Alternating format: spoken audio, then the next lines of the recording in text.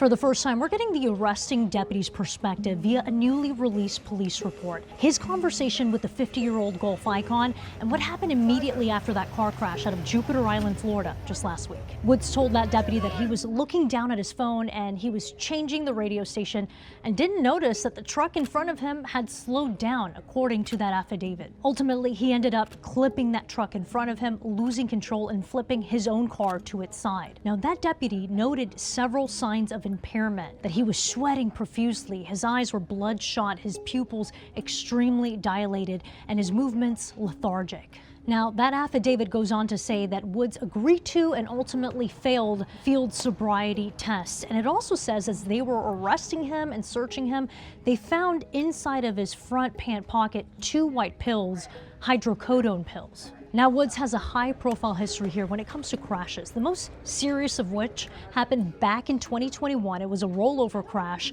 where he ended up being hospitalized and had to have emergency surgery. His leg was shattered. And in 2017, he was found asleep at the wheel on the side of the road. He ultimately pleaded guilty to reckless driving and said at the time via statement that he had an unexpected reaction to prescription medication. And in this case, Woods refused a urine test, according to the affidavit. And that's notable because Florida passed a law back in 2025 where if you refuse a breath, a blood, or a urine test, well, that's an automatic misdemeanor and a 1-year suspension of your license. The Martin County Sheriff's Office charged him with DUI with property damage and refusal to submit to a lawful test. But it'll ultimately be up to the district attorney to determine how to proceed with these charges and how to handle this high-profile case. Woods has since entered a not guilty plea to misdemeanor charges after his rollover crash. His attorney, Douglas Duncan, filed a waiver of arraignment and a demand for a jury trial in Martin County Court.